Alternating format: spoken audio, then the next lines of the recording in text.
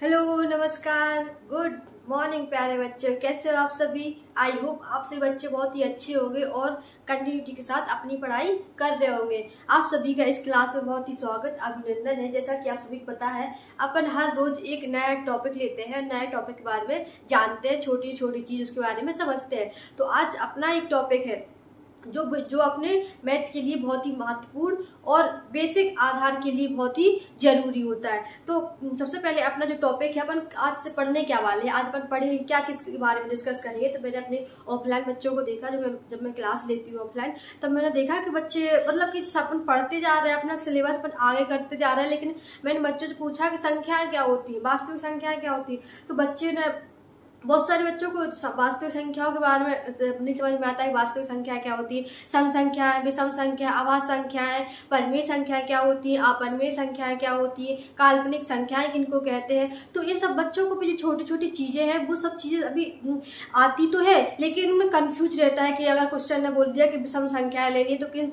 संख्याओं से अपन को स्टार्ट करना है, 0 लेना है, 3 लेना है, 1 लेना है, 4 लेना है। तो उनको ये छोटी छोटी चीजें, इन सभी चीजों में बहुत सारे बच्चों को डाउट आ रहा था। उनकी डाउट को लेकर, उन डाउट को शामिल करती हूँ मैं आप सभी के सामने लेके आई हूँ एक प्यारी सी क्लास, जिसमें आज का अपना टॉपिक रहेगा वास्तविक संख्याएं, रियल नंबर। अपन आज रियल नंबर के बारे में समझेंगे, इसके बारे में डिस्कस करेंगे और हर एक छोटे छोटे पॉइंट को समझेंगे, ताकि बच्चों को इसमें कंफ्यूज होता है कि अगर एग्जामिनर ने बोल दिया सहअभाज्य संख्याओं के द्वारा गुणनखंड निकालिए या गुणनखंड विधि द्वारा सहअभाज्य संख्याओं को निकालिए, तो अपन कैसे निकालें, सहअभाज्य संख्या कौन सी होती है, भाज्य संख्याएं क्या होती है, अभाज्य संख्याएं क्या होती है, और विषम संख्या क्या होती, सम संख्याएं क्या होती। तो इन सब छोटी छोटी चीजें हैं, लेकिन ये चीजें कैसी होती है, बहुत ही मोटी चीजें हैं, मतलब कि ये अपने मैथ में बहुत ही महत्वपूर्ण स्थान रखती है। अगर आपको ये सब चीजें पता नहीं है और इन सब चीजों में कंफ्यूज रहेगा, तो आप बताइए कैसे आगे बढ़ पाओगे, कैसे अपने मैथ के क्वेश्चन सॉल्व कर पाओगे। क्योंकि मैथ का जब आधार ही मजबूत नहीं रहेगा, आपका आधार बेस कंप्लीट नहीं रहेगा, तो आप कैसे आगे बढ़ पाओगे।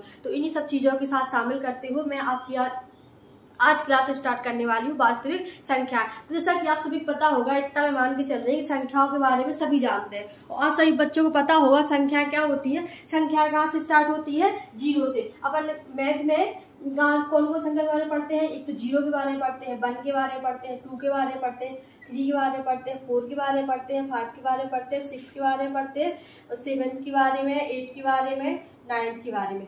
इन संख्याओं के अलावा आपने कभी फोकस किया है, ध्यान दिया होगा, इन संख्याओं के अलावा कोई और संख्याएं आती हैं क्या? जितनी भी संख्याएं आपने देखी होंगी, बड़ी से बड़ी संख्या लीजिए या छोटी छोटी संख्या लीजिए, तो इन नंबर से जो लिखे हैं, जो अंक लिखे हैं, 0, 1, 2, 3, 4, 5, 6, 7, 8, 9, और कितनी 10 संख्या दी है, इनसे ही जितनी भी संख्या होती है, किन संख्याओं से बनकर बनी होती है, इन्हीं नंबरों से मिलकर बनी होती है। इसके अलावा ऐसे कोई भी नंबर नहीं है जो इन संख्याओं को छोड़कर और संख्याओं से मिलकर बने होंगे। आई होप आप सभी बच्चों को पता होगा कि अपन जब कोई भी संख्या को ले लीजिए, ऐसे कि अपन ने 100 ले लिया, तो किस संख्याओं से मिला, इसमें एक का यूज किया, एक का उपयोग किया और दो जीरो आया, ठीक है। इसी तरह आप कोई भी संख्या ले लीजिए, दुनिया की कोई भी संख्या ले लीजिए, किन नंबरों से बनेगी, इन नंबरों से बनेगी। कैसे, 0 से लेकर 9 तक के नंबर ही उसमें शामिल हो गए। तो अपन कह सकते हैं 0 से लेकर 9 संख्याओं का ही अपन गणित में क्या करते हैं, अध्ययन करते हैं। इसके अलावा अपनी गणित में और कोई भी संख्याएं यूज नहीं होती है। इन्हीं संख्याओं के आधार पर अपनी जितनी भी संख्या बनाते हैं, जब अनंत तक अपन कोई भी संख्या बना लो, 1000 बना लो, 2000 बना लो, 500 बना लो, 600 बना लो, या 0 संख्या बना लो, 19 संख्या बना लो, 20 संख्या बना लो, 1 करोड़ संख्या बना लो, कितनी भी संख्या आप लोग बना सकते हो। किन नंबरों के आधार पे, इन नंबरों के आधार पे। इन नंबरों को ही क्या बोलते हैं, अपन बोलते हैं संख्या कहते हैं, ठीक है। क्लियर हुआ आप सभी को, संख्या क्या होती है, संख्याएं इन नंबरों से, मतलब कि 0 से लेकर 9 संख्याओं से मिलकर ही बनी होती है, ठीक है। तो अब अपन देखते हैं, क्या अपन ने देखा संख्याओं के बारे में, जाना कि अपनी जो संख्या अपन पढ़ते हैं गणित में या अपने रियल, आपने देखा होगा अपने जीवन में इन्हीं संख्याओं का यूज होता है। अगर आप घर से बाहर निकल रहे, तो अपने किसी ने बोल दिया बेटा जाओ आप 5 रुपए का सामान ले आओ, तो 5 रुपए क्या हो गया, एक नंबर हो गया। किसी ने बोल दिया आप 2 गिलास पानी लेके आओ, तो 2 गिलास भी क्या हो गया, 2 गिलास, मतलब 2 नंबर हो गया, ठीक है। इसी तरह कोई भी चीज ले लो, तो वो सब किस पे आधारित होती है, वो गणित पे ही आधारित होती है, ठीक है। तो अपन अब देखते हैं अपना टॉपिक क्या है, वास्तविक संख्या है, ठीक है। अपन पढ़ेंगे वास्तविक संख्या है। आज अपन इसके बारे में डिस्कस करेंगे। ठीक है। अगर इस वैसे वास्तविक संख्याओं में से अगर वास्तविक को हटा दिया तो मैंने संख्याओं के बारे में बता दिया कि संख्या अपने किससे मिली होती है, अपने 0 से लेकर 9 नंबरों से मिलकर बनती है। इन नंबरों को ही अपन क्रम बदल के या इनको एक दूसरे से जोड़ के एक दूसरे का क्रम व्यवस्थित करके इन संख्याओं को बनाते हैं, उनको क्या बोलते हैं, संख्या कहते हैं। अब देखते हैं वास्तविक संख्या। अब अपनी संख्या कितने प्रकार की होती है, संख्याओं के बारे में पढ़ने जाना। अब देखते हैं संख्या 2 प्रकार की होती है। कौन कौन सी होती है? पहली संख्या को क्या कहते हैं? पहली संख्या को कहते हैं अपन वास्तविक संख्या, ठीक है। और दूसरी संख्या क्या होती है? काल्पनिक संख्या। काल्पनिक संख्या है, ठीक है। ठीक है, इतना क्लियर हुआ। अब 2 संख्या क्या होती है? वास्तविक संख्या होती है और काल्पनिक संख्या होती है। अब काल्पनिक संख्या को क्या कहते हैं अपन?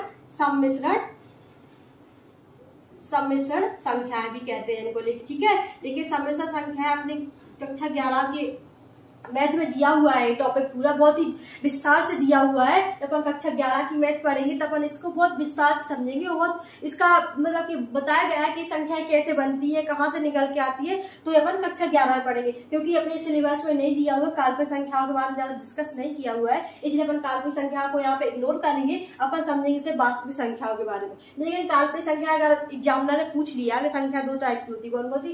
वास्तविक और काल्पनिक। और काल्पनिक बारे में पूछ लिया कि मान लीजिए काल्पनिक संख्या पहचान कैसे करें, तो बस आप लोग सब इतना याद रखिए अभी कि जो भी संख्या रूट में होती है और माइनस की होती है, जैसे मान लीजिए अंडर रूट माइनस की 3 है, ऐसी मान लीजिए माइनस की अंडर रूट 10 है, तो जितनी भी संख्या होती है, जो भी संख्या अंडर रूट के अंदर माइनस की होती है, तो उन संख्या को क्या कहते हैं अपन? काल्पनिक संख्या। बस काल्पनिक संख्याओं के बारे में आपको भी इतना ही याद रखना है। काल्पनिक संख्या क्या है? जो भी संख्या अंडर रूट में होती है और माइनस की अगर है तो संख्या कैसी होंगी?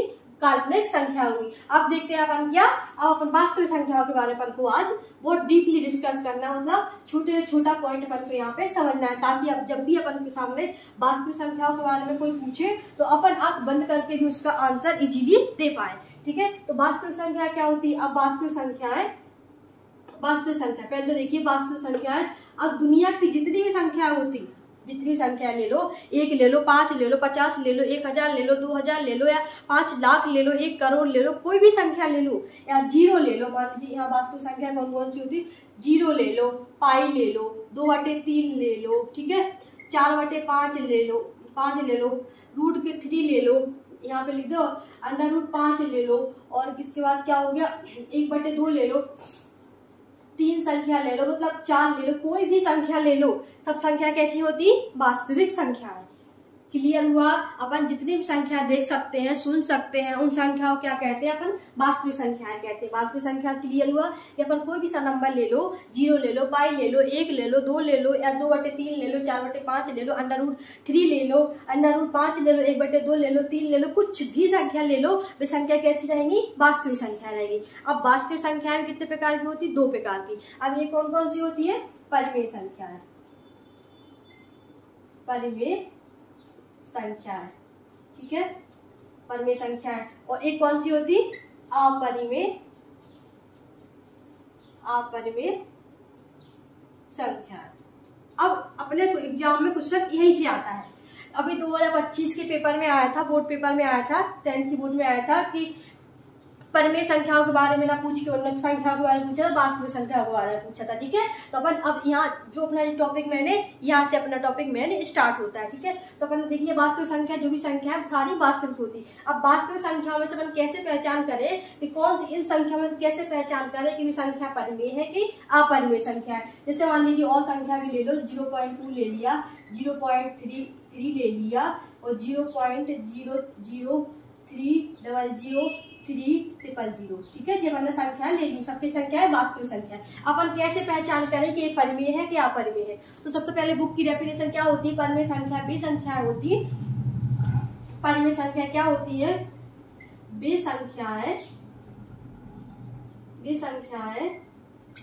जिन्हें P/Q के रूप में लिखा जाता है, या P/Q क्या है? P/Q बराबर क्या होता है? अंश बटे हर। तो मतलब क्या होता है? अंश बटे हर। जहां पे Q क्या होता है? 0 के बराबर नहीं होता है, ठीक है। इतना क्लियर हुआ? ये तो अपनी बुक की डेफिनेशन हो गई, ठीक है। इसी तरह अपरिमेय संख्या क्या होती है? वे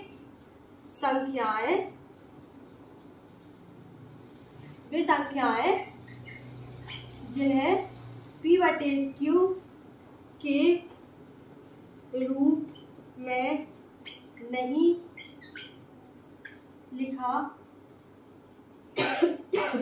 जा सकता है, अपरिमेय संख्याएं कहलाती हैं। अब कैसे लिख सकते हैं? P/Q मतलब क्या होता है? अंश बटे हर यहाँ तक, ठीक है, नॉट इक्वल 0।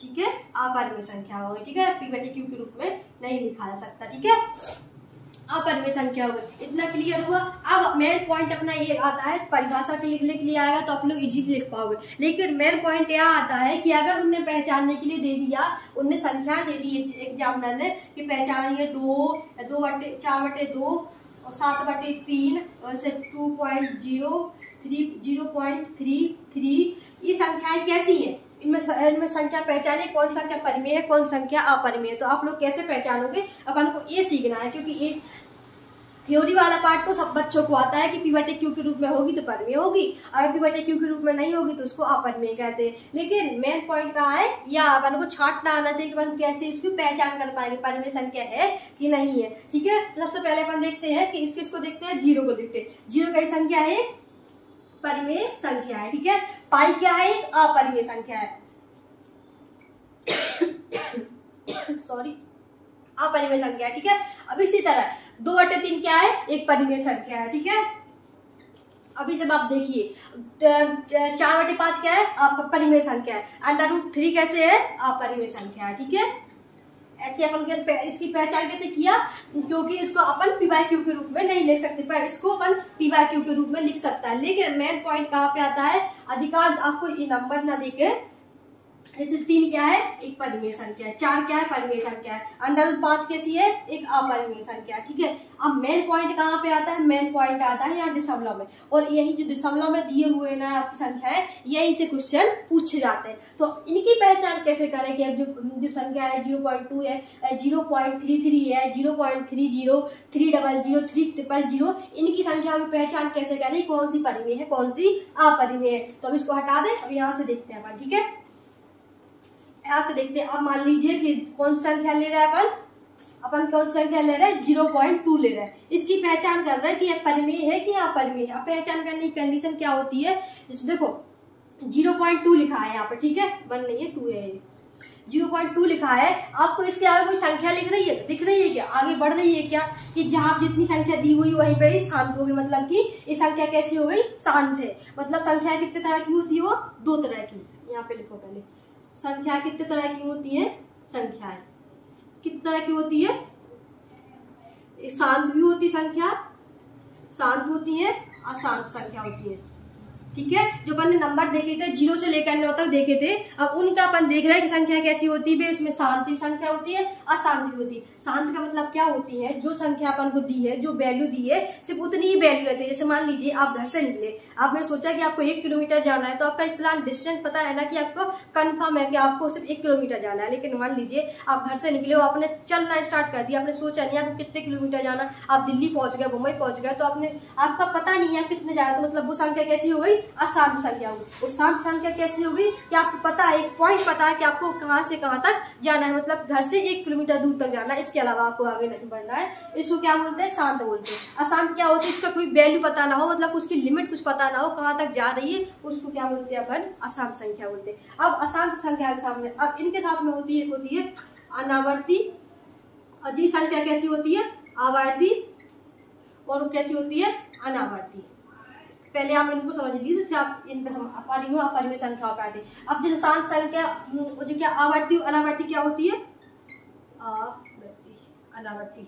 ठीक है, अब आवर्ती और अनावर्ती क्या होती है? जैसे मान लीजिए अपन ने लिया 2.23 लिया, ठीक है, 2.22 लिया, 22 लिया, ठीक है। इसी तरह 2.324 4 3 5 इस तरह के लिए, ठीक है। ये दो संख्याएं ली। अब इसमें से अपन देखते हैं कौन सी संख्या आवर्ती है, कौन सी संख्या अनावर्ती। आवर्ती का मतलब वो होता है कि वो संख्या, जैसे मान लीजिए यहाँ क्या लिखा है 0.22 लिखा है, तो 0.2 तो वो दो संख्या ऐसी है जो बार बार रिपीटेशन में आ रही, मतलब कि दो संख्या बढ़ती जा रही। यहाँ पे क्या डॉट डॉट निशान लगा है, अपन पता नहीं है कहाँ तक जाए, तो इसको क्या बोलते हैं आवर्ती संख्या, क्योंकि एक ही नंबर आ रहा है, बार बार एक ही नंबर आ रहा है। बार बार कौन सी संख्या आ रही है, 2 आ रही है बार बार, तो यार इसको क्या बोलते हैं अपन, ये संख्या हो जाएगी, ये आवर्ती हो जाएगी। तो 0.22, अगर अपन 22 टनल लिख के तो इसको हटा दो, इस पे बार लगा दे। बार का मतलब ये होता है कि संख्या रिपीटेशन में बार बार लिखी जा रही है, ठीक है। तो क्या संख्या हो गई, ये आवर्ती संख्या हो गई। अब अनावर्ती का क्या संख्या होती, अनावर्ती संख्या वे संख्या होती है, जैसे मान लीजिए यहाँ क्या लिखा है 0.23 24 25 और आगे बढ़ती जा रही है, तो पता नहीं इन संख्याओं का क्या रिपीटेशन नहीं हो रहा, संख्याएं बदल रही, पहले 23 थी, फिर 24 आ गई, 25 आ गई, मतलब संख्याएं बढ़ती जा रही। तो कैसी हो गई अनावर्ती, इसकी कोई आवर्ती रही है, संख्या आगे पता नहीं कितनी बढ़ती है, हमें नहीं पता, जो क्या बोलेंगे इसको अनावर्ती। तो 0.23 24 25 ये क्या हो गई अनावर्ती संख्या हो गई। आई होप आपसे बच्चों को इतनी छोटी छोटी बातें समझ में आ गई होंगी। ये छोटी छोटी बातें हैं लेकिन बहुत मोटी बातें हैं। जब आप मैथ को करने के लिए बैठते हो तो बहुत सारे बच्चों को भी ये नहीं पता होगा, अभी तक आपको ये नहीं पता होगा शांत संख्या होती भी है, अशांत संख्याएं भी होती है। अगर शांत संख्या कोई है तो उसकी पहचान क्या होती है, अशांत संख्या है तो उसकी पहचान क्या होगी, और अगर संख्या आवर्ती है तो आवर्ती किसको कहेंगे, अनावर्ती है तो अनावर्ती किसको कहेंगे। आई होप आपने बच्चों को ये टॉपिक इतना क्लियर हो गया होगा कि संख्या भी कितने टाइप की होती है, कुछ संख्या शांत होती है, कुछ अशांत होती है। अब शांत संख्या कैसी होती है, जिनका रिपीटेशन हो बार बार लेकिन किसी पॉइंट पर खत्म हो जाए, जैसे मान लीजिए 2.3 है, 2.4 है, तो संख्या कैसी है, शांत संख्या होती है। और आवर्ती संख्या कैसी होती है, जिनका एक नंबर से बार बार वही संख्या आती है, उसको क्या बोलते हैं, आवर्ती बोलते हैं। अनावर्ती संख्या क्या होती है, वे संख्या जिनमें संख्या चेंज होती रहती है, 2 3 हो गया, 2 4 हो गया, 2 5 हो गया, संख्याएं बदल रही, हमें नहीं पता कौन कौन संख्या आ रही है, जो क्या बोलेंगे अनावर्ती बोलेंगे। अशांत संख्या क्या होती है, जो संख्याओं का रिपीटेशन, जो संख्या बदलती रहती है, उसको क्या बोलते हैं, अशांत संख्याएं कहते हैं। आई होप आपसे बच्चों को इतना क्लियर हो गया होगा। तो आप सबने देखा, अब यहाँ से अपना निकलता है एक कॉन्सेप्ट, यहाँ से निकलता है एक कॉन्सेप्ट, जब कोई संख्या, देखो जब संख्या है, यहाँ से निकलता है मेन कॉन्सेप्ट, ठीक है। जब संख्या शांत हो, वो आवर्ती हो, तो वे संख्या कैसी होती है, वे संख्या होती है परिमेय संख्या। फिर से सुनिए, जब कोई संख्या अगर शांत भी है और आवर्ती भी है, कैसी है, शांत है और आवर्ती भी है। आवर्ती मतलब रिपीटेशन हो रहा है, ठीक है। शांत है और कैसी आवर्ती है, तो संख्या कैसी होती है, परिमेय संख्या होती है। लेकिन यदि कोई संख्या अशांत है और कैसी है, रिपीटेशन बार बार नहीं हो रहा है, एक संख्या अनावर्ती है, तो उसमें संख्या कैसी होती है, अपरिमेय संख्या होती है। आई होप आपसे बच्चों को क्लियर हो गया होगा। तो यहाँ से अपना कॉन्सेप्ट निकला, यही बच्चों को फंसाते हैं एग्जामिनर, यहाँ से फंसाते हैं, ठीक है। तो परिमेय संख्या कौन संख्या होंगी, वे संख्याएं जो अशांत हो, पहले तो कैसी हो, अशांत, ठीक है। पहले अशांत में कैसी हो, अनावर्ती, ठीक है। तो क्या संख्या होंगी, वे अपरिमेय संख्या होंगी। और अगर कोई संख्या कैसी है, शांत है प्लस आवर्ती भी है, तो वे संख्या कैसी होती है, परिमेय संख्या है। इतना क्लियर हुआ। इतने छोटे बेस से आपको कोई भी नहीं समझाता बच्चे कि इतने अशांत क्या होती है, आवर्ती क्या होती है, ठीक है। क्लियर हुआ आप सभी को। तो अब यहाँ से अपना मेन कॉन्सेप्ट निकला कि अपन ने क्या देखा, जो परिमेय संख्या होती है, अगर एग्जामिनर ने अगर उसने अपना क्या थ्योरी को बदल लिया, अगर उसने पूछ लिया, ऑब्जेक्ट पूछ लिया, बताइए अगर कोई संख्या शांत है प्लस आवर्ती है तो वो संख्या कैसी रहेंगी, तो आपसे बता पाओगे वो संख्या कैसी रहेंगी, परिमेय संख्या कहलाएंगी। लेकिन अगर एग्जामिनर ने पूछ लिया कि बताइए अगर कोई संख्या अशांत है और अनावर्ती है तो वो संख्या कैसी होगी, अपरिमेय संख्याएं कहलाएंगी। इतना क्लियर हुआ आप सभी को, ठीक है। आगे बढ़े, अब आते हैं अपन अपरिमेय संख्या। अपन ने पहचान कर ली, अब यहाँ से आप पहचान कर पाओगे कौन कौन संख्या परिमेय है, कौन सी संख्या अपरिमेय है। बच्चे एग्जामिनर आपसे ये संख्या नहीं पूछता है कि अंडर रूट 5 है, ये तो बहुत इजीली हो जाता है। लेकिन अगर तो थोड़ा टफ पेपर बना है तब भी पूछता है ये वाली संख्या को पहचान करनी पड़ती है, कौन सी संख्या शांत है, आवर्ती भी साथ में है कि अनावर्ती है, ठीक है। क्लियर हुआ आप सभी को। तो आप यहाँ से लिख दोगे कि अंडर रूट 5 कैसी है, अपरिमेय संख्या है। ठीक है, अब इसके बाद 1/2 कैसी है? परिमेय संख्या है। 3 क्या है? अब यहाँ पर 3 लिखा है। अब बहुत सारे बच्चों को कंफ्यूज होगा कि जो परिमेय संख्या की थ्योरी होती है, परिमेय संख्या क्या कहती है? वे संख्या जो P/Q के रूप में लिखी जाती है। लेकिन यहाँ 1 के नीचे तो कुछ नहीं है, तो मतलब इसकी 3 के नीचे कुछ नहीं है, मतलब यहाँ क्या 0 आएगा? नहीं बच्चे, 0 नहीं आता यहाँ पे। अगर जिसके बच्चे में कुछ नहीं होता, जिसका कोई सहारा नहीं होता, आप सभी ने सुना होता है, उसका एकमात्र सहारा होता है कौन? भगवान। इसी तरह गणित में अगर जिसके नीचे कुछ नहीं होता है, उसका मतलब होता है उसके बटे में क्या मानते हैं अपन? 1 मानते हैं, 1 होता है। ठीक है, तो ये परिमेय P/Q के रूप में लिख गई, तो इसको क्या कहेंगे अपन? परिमेय संख्या। ठीक है, इसी तरह 4 हो जाएगा परिमेय संख्या। ठीक है, अब यहाँ पे क्या आता है? अब पाई कैसी है? अपरिमेय संख्या। 0 क्या है? परिमेय संख्या है। ठीक है, 3 क्या है? अंडर रूट के अपरिमेय संख्या। आई होप सभी बच्चों को क्लियर हो गया होगा परिमेय और अपरिमेय संख्याओं में डिफरेंस निकालना। क्लियर हुआ यहाँ तक? अब बढ़ते हैं अपन आगे। अब देखते हैं परिमेय संख्याएं क्या होती है। ठीक है, बड़े यहाँ से अपन आगे अब देखते हैं क्या परिमेय संख्या है।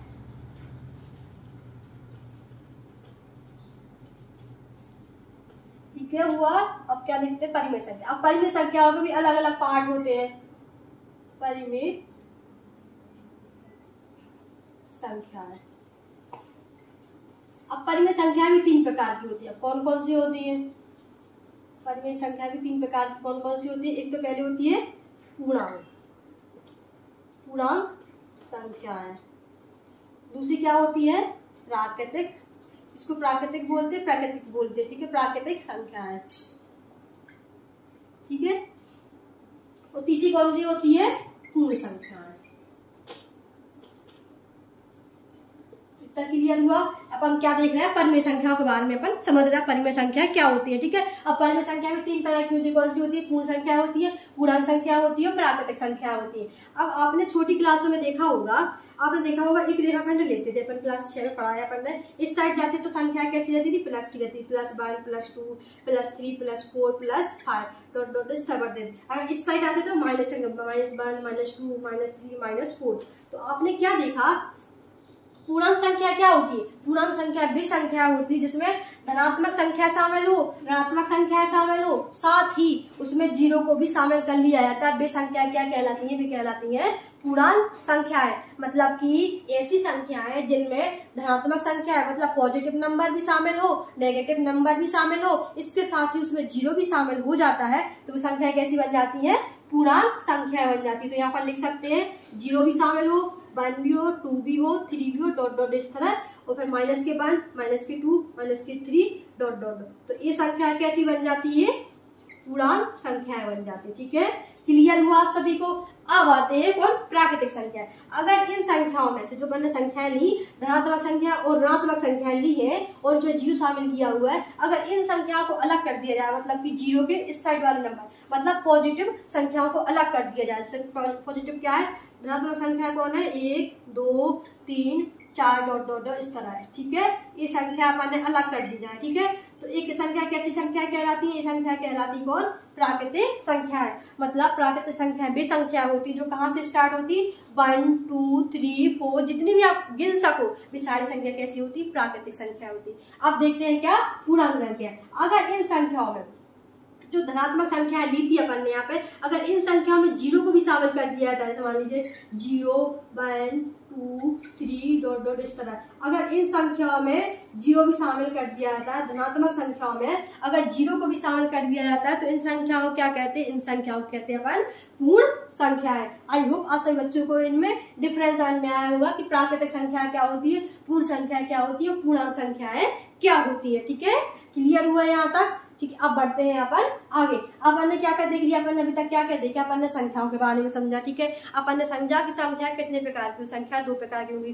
कौन कौन सी होती? वास्तविक होती है और काल्पनिक होती है। वास्तविक संख्याओं के भी 2 पार्ट होते हैं। कौन कौन से? परिमेय और अपरिमेय। अपन ने परिमेय संख्याओं को भी पार्ट दिए। कितने परिमेय संख्या कितने प्रकार की होती है? 3 प्रकार की। कौन सी थी? पूर्ण संख्या होती, पूर्णांक होती है और प्राकृतिक होती है। अब देखते हैं अपन जो ये 3 संख्या दी है, अब देखते हैं प्राकृतिक संख्या। अब प्राकृतिक संख्याएं भी कई प्रकार की होती है। अपन समझेंगे, प्राकृतिक संख्याओं के बारे में डिस्कस करेंगे। ठीक है, आगे बढ़े। अब यहाँ से अपन अपना टॉपिक क्या आता है? पूर्ण प्राकृतिक संख्याएं। अब देखते हैं यहाँ पे प्राकृतिक संख्याएं। प्राकृतिक संख्याएं। ठीक है, अब प्राकृतिक संख्या कितने प्रकार? अब प्राकृतिक संख्याओं के भी कई प्रकार होते हैं जो अपन यहाँ पे डिस्कस करेंगे। क्या होता है प्राकृतिक संख्याएं? सबसे पहले प्राकृतिक संख्या में कौन कौन सी आती है? सम संख्याओं। सम संख्याओं के बारे में अब से बच्चे सब छोटे स्तर पर पढ़ते आ रहे हैं कि बे संख्याएं जिसमें 2 का भाग जाता है उनको क्या कहते हैं? उनको सम संख्याएं कहते हैं। ठीक है, अब यहाँ से अपन क्या देखते हैं? सबसे पहले नंबर पे कौन सी आती है? सम संख्या, सम संख्याएं। ठीक है, दूसरे नंबर पे कौन सी आती है? विषम संख्याएं, विषम संख्याएं। तीसरे नंबर पे कौन आती है? अभाज्य संख्याएं। ठीक है, अभाज्य संख्याएं। फिर आती है भाज्य संख्याएं, भाज्य संख्याएं। और फिर आती है सहअभाज्य संख्याएं, सहअभाज्य संख्याएं। आपसे बच्चों ने इन सभी के नाम तो सुने होंगे, बहुत सारे बच्चों ने उनको पढ़ के भी रखा होगा क्योंकि छोटी क्लास में अपन ही पढ़ते आ रहे हैं कि सम संख्या क्या होती है, विषम संख्या क्या होती है, अभाज्य संख्या क्या होती है, भाज्य संख्या क्या होती है और सहअभाज्य संख्या क्या होती है। लेकिन जब क्वेश्चन इसके पूछे जाते हैं कि सब विषम संख्याओं से विषम संख्याओं की 10 विषम संख्या बताइए, प्रारंभ की 10 विषम संख्या बताइए, तब बच्चे कंफ्यूज हो जाते हैं कि विषम संख्या कहाँ से स्टार्ट करें, 1 से स्टार्ट करें कि 2 से स्टार्ट करें। इसी तरह पूछते हैं कि भाज्य संख्या क्या होती है, सबसे छोटी भाज्य संख्या क्या होती है, तब बच्चे यहाँ कंफ्यूज होते हैं। इनको पता तो है कि संख्या कितनी होती है, सम होती है, विषम होती है, भाज्य संख्या होती है, अभाज्य संख्या होती है और सहअभाज्य संख्या होती है। लेकिन क्वेश्चन करते जब डाउट रहता है क्योंकि उनके छोटे बेस कंप्लीट नहीं होता, उनकी छोटी छोटी चीजें हैं वो पता नहीं होती। वही मैं आज सभी के सामने आज डिस्कस कर रही हूँ। सम संख्या हो, सम संख्या के बारे में सब पता है कि सब लोग बच्चे रट के रखे होते हैं कि जिन संख्याओं में 2 से भाग जाता है वे संख्याएं जो 2 से विभाजित होती है क्या कहलाती है? सम संख्या कहलाती है। इसी तरह विषम संख्याओं के बारे में सभी जानते हैं कि जिनमें 2 का भाग नहीं जाता उन्हें क्या कहते हैं? विषम संख्या कहते हैं। अब सम संख्या क्या होगी? जैसे कि 2 हो गई, ठीक है, 4 हो गई, 6 हो गई, 8 हो गई, 10 हो गई, इस तरह बढ़ती जाती है। ठीक है, कोई भी संख्या ले लो लेकिन कंडीशन क्या होनी चाहिए? सब वो 2 से विभाजित होनी चाहिए। अगर 2 से विभाजित है तो संख्या कैसी होगी? सम होगी। इसी तरह विषम संख्या की कंडीशन क्या? विषम संख्या भी होती है जिसमें 2 का भाग नहीं जाता है। सबसे पहले क्या आती है? 1 आता है, 3 हो गया, 5 हो गया, 7 हो गया, 9 हो गया, 11 हो गया, इस तरह ही बढ़ती जाती है। ठीक है, यहाँ तक तो बच्चे कर लेते हैं, यहाँ तक तो उन्हें कोई डाउट नहीं आता है। लेकिन अब मेन पॉइंट कहाँ पे आता है? बच्चे कंफ्यूज कहाँ रहते हैं? इन 3 संख्याओं में। यहाँ पे उनको डाउट आता है कि अब यहाँ पे क्या लेंगे, अभाज्य संख्या कौन सी होती है, भाज्य संख्या कौन सी होती है और सहअभाज्य संख्याएं क्या होती है। क्योंकि इन तीनों की अलग अलग कंडीशन होती है। फिर तीनों कंडीशन बताते हैं कि हम तभी अभाज्य संख्या बनेंगे जब हमारी कुछ कंडीशन फॉलो होगी। इसी तरह भाज्य संख्या भी कहती है हम जब भी भाज्य संख्या कहलाएंगे जब हमारी कंडीशन फॉलो करेंगे। मतलब इन जो 3 संख्याओं के बारे में डिस्कस करना है ये अपने एग्जाम की दृष्टि से बहुत महत्वपूर्ण है और अपने टॉपिक पे जो अपन अध्याय पढ़ रहे हैं वास्तविक संख्याएं यही से क्वेश्चन आते हैं तो उन पर अपन को ज्यादा कॉन्सेंट्रेट करना है और इसको थोड़ा डीपली में समझना है। अब आते हैं कौन सी? अभाज्य संख्या। अभाज्य संख्याओं की कंडीशन क्या होती है? अभाज्य संख्याएं। अभाज्य संख्या क्या कहती है? अभाज्य संख्या कहती है कि हम कोई भी संख्या ले लो, ठीक है, हमें कोई दिक्कत नहीं है, लेकिन जो भी संख्या हमारी कंडीशन फॉलो करेगी, हमारी प्रॉपर्टी को अगर फॉलो करती है, प्रॉपर्टी को सेटिस्फाई करेगी, मतलब जैसा हम कहेंगे अगर वैसा वो काम कर देगी तो हम क्या बना लेंगे? अभाज्य संख्या बना लेंगे। तो अभाज्य संख्या की प्रॉपर्टी क्या है, कंडीशन क्या है? तो सबसे पहले अभाज्य संख्या ने कहा, सबसे पहले इसने क्या बताया? हमारी 2 कंडीशन है। हम बोले चलो बताओ, उससे पूछा गया कि बताओ पहली कंडीशन क्या है। तो अभाज्य संख्या ने कहा कि हम कोई भी संख्या ले लो, पहले वो संख्या स्वयं से डिवाइड होना चाहिए, मतलब स्वयं से विभाजित होनी चाहिए। मान लीजिए आपने 1 लिया, ठीक है, 1 ले लिया, कोई भी संख्या ले लो, आपने 1 को माना कि अभाज्य संख्या है, लेकिन अभाज्य संख्या क्या कहती है? अभाज्य संख्या की कंडीशन होती है पहले जो भी संख्या लो पहले खुद से डिवाइड होनी चाहिए। तो 1 ने कहा कि हाँ हम खुद से डिवाइड है, 1 आ जाएगा, ठीक है। फिर दूसरी कंडीशन पूछी कि दूसरी कंडीशन बताओ। तो अभाज्य संख्याओं ने कहा कि दूसरी कंडीशन ये है कि हम स्वयं से विभाजित होने चाहिए और 1 से विभाजित होने चाहिए, इसके अलावा किसी और संख्या से डिवाइड नहीं होना चाहिए। तो इसने कहा कि सिर्फ एक खुद से डिवाइड है और किसी संख्या से डिवाइड नहीं होगा। तो एक क्या है?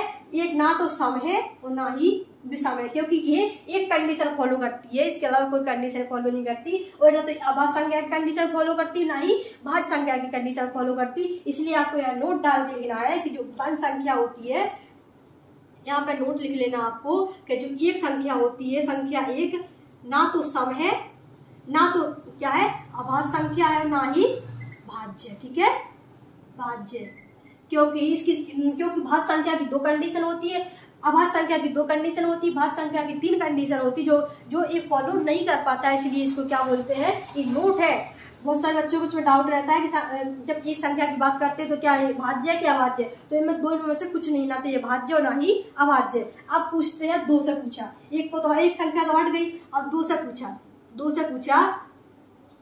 पूछा क्या आप अभाज्य संख्या बन जाओगे।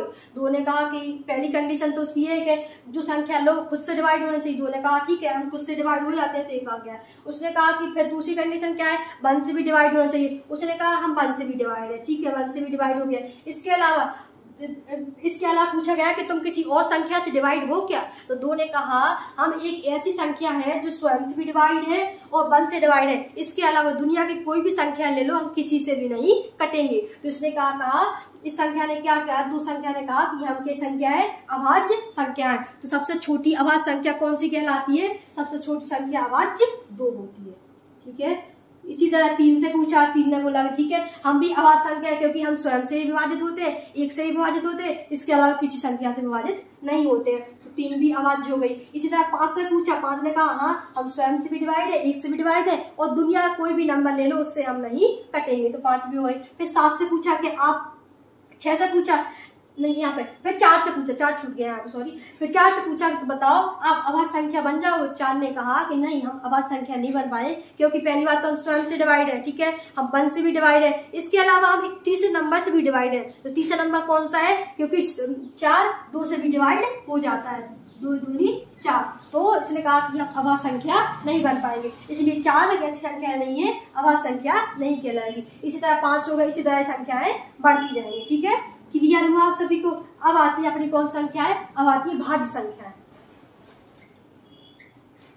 भाज्य संख्या है।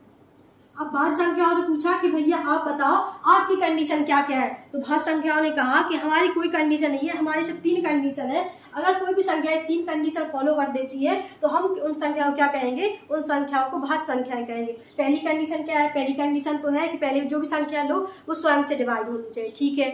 दूसरी संख्या क्या है, वो वन से भी डिवाइड होनी चाहिए, ठीक है मान लिया। ये दो कंडीशन तो किसकी, भाज्य संख्या की भी थी, अब अभाज्य संख्या की भी थी, अभाज्य संख्या की भी। लेकिन भाज्य संख्या की एक तीसरी कंडीशन क्या है, भाज्य संख्या ने कहा पहले हम खुद से डिवाइड होंगे, वन से भी डिवाइड होंगे, इसके अलावा एक तीसरी संख्या से भी हम डिवाइड होना चाहिए, तभी हम कैसी संख्या बन पाएंगे, हम भाज्य संख्या बन पाएंगे। तो सबसे पहले किससे पूछा, दो से पूछा कि दो बताओ कि आप भाज्य संख्या कहलाओगी। दो ने कहा कि हम भाज्य संख्या नहीं कहलाएंगे, क्योंकि हम पहली कंडीशन तो फॉलो करते हैं कि हम स्वयं से विभाजित है, हम वन से विभाजित है, लेकिन हमें किसी तीसरी संख्या से विभाजित नहीं कर सकता, ठीक है। तो तीन दो कैसी है, भाज्य संख्या नहीं कहलाएगी। तीन से पूछा, तीन ने मना कर दिया कि नहीं हम नहीं भाई साहब हम भाज्य संख्या नहीं कहला पाएंगे। अब पूछा चार से, चार से पूछा कि बताओ भैया आप भाज्य संख्या बन पाओगे, तो चार ने कहा कि हाँ भैया हम भाज्य संख्या बन पाएंगे। तो मुझसे पूछा गया कि आपने कंडीशन बताओ आप तीन कंडीशन फॉलो कर पाओगे कि नहीं, तो चार ने कहा कि हाँ हम कंडीशन फॉलो कर देंगे। पहली कंडीशन कौन है, पहले स्वयं से विभाजित होना चाहिए, चार खुद से विभाजित है, ठीक है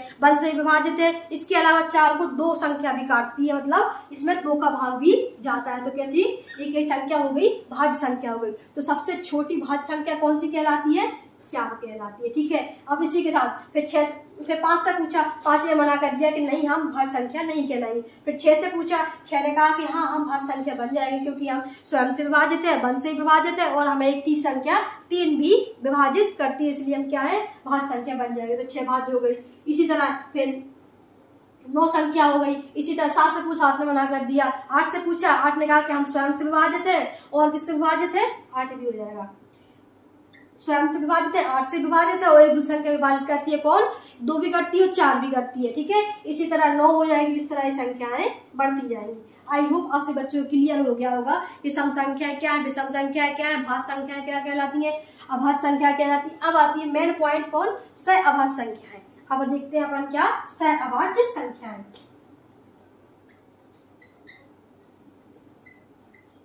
सहअभाज्य संख्या, ठीक है। अब सह अवाज संख्या क्या कहलाती है? जैसे मान लीजिए पहले कंडीशन दोनों क्या होती है, जैसे 8 25 लीजिए। पहले तो संख्या दो संख्या लेंगे तो कैसी रहेंगी? जोड़े में रहेंगी, ये अलग अलग रहेंगी। अपन ने मान लीजिए 5 संख्या ले ली या 2 संख्या ले ली, तो ये 2 संख्या होंगी पर कैसी रहेंगी? जोड़े में रहेंगी। और इन दोनों संख्या में क्या रहेगा? इनमें सिर्फ एक कॉमन होना चाहिए, एक के अलावा कुछ भी कॉमन मिलता है तो ये कैसी रहेंगी? सह अवाज संख्याएं नहीं कहलाएंगी। इन संख्याओं की कंडीशन क्या होती है? सह अवाज संख्या होती है, उनमें से क्या होना चाहिए? एक कॉमन होना चाहिए। जैसे कि 8 के अपन गुणनखंड करो, यहाँ पे 8 को पहले 2 से डिवाइड करो, 2 दूनी 2 का भाग काटने के बाद आएगा 4 बार जाएगा, फिर 4 को 2 से काटेंगे 2 बार जाएगा, फिर 2 को 2 से काटेंगे 1 बार। इसी तरह 25 को काटो, 5 से भाग दिया 25, फिर 5 से भाग दिया 1 बार गया। तो आप सबने देखा जो 8 के गुणनखंड किए अपन आवाज गुणनखंड किए और 25 के आवाज गुणनखंड किए, इनमें कुछ कॉमन दिख रहा है आपको? जैसे 8 के आवाज गुणनखंड क्या किया मैंने? 2 गुणे 2 आए, और 25 की आवाज गुणनखंड क्या है? 5 गुणे 5। इसमें तो आपको कुछ कॉमन दिख रहा है कि यहाँ पे या 2 लिखा है, 2 लिखा है, फिर 2 लिखा है, यहाँ 5 लिखा है, गुणा 5 लिखा है। इसके अलावा कुछ कॉमन दिख रहा है यहाँ पे? यहाँ पे अपन अगर इसमें 1 का गुणा कर दिया जाए तो कुछ फर्क पड़ेगा किसमें? नहीं पड़ेगा। यहाँ 1 का गुणा माना है, कुछ फर्क पड़ेगा? नहीं पड़ेगा। तो यहाँ पे मेन कॉमन चीज क्या मिली? 1 को 1 मिला। यहाँ पे कॉमन क्या है? 1 है। तो ये कैसी संख्या हो गई? सह आवाज संख्याएं हो गई। आई होप आप सभी बच्चों को यहाँ तक क्लियर हो गया होगा कि अपन ने क्या क्या देखा। अपन ने सम संख्याओं के बारे में पढ़ा, विषम संख्याओं के बारे में देखा, आवाज संख्याओं के बारे में देखा, भाज्य संख्याओं के बारे में देखा और सह आवाज संख्याओं के बारे में देखा। अब मेन पॉइंट, अब बढ़ते हैं अपन अपने क्वेश्चन की ओर। अपन देखते हैं, आप सभी ने नाम सुना होगा, गुणनखंड होता है और अभाज्य गुणनखंड होता है। इनमें क्या डिफरेंस होता है? दोनों का मतलब एक है। दोनों का मतलब क्या एक है? गुणनखंड और अभाज्य गुणनखंड क्या होते हैं? जैसे मान लीजिए यहाँ पे लिखा है गुणनखंड,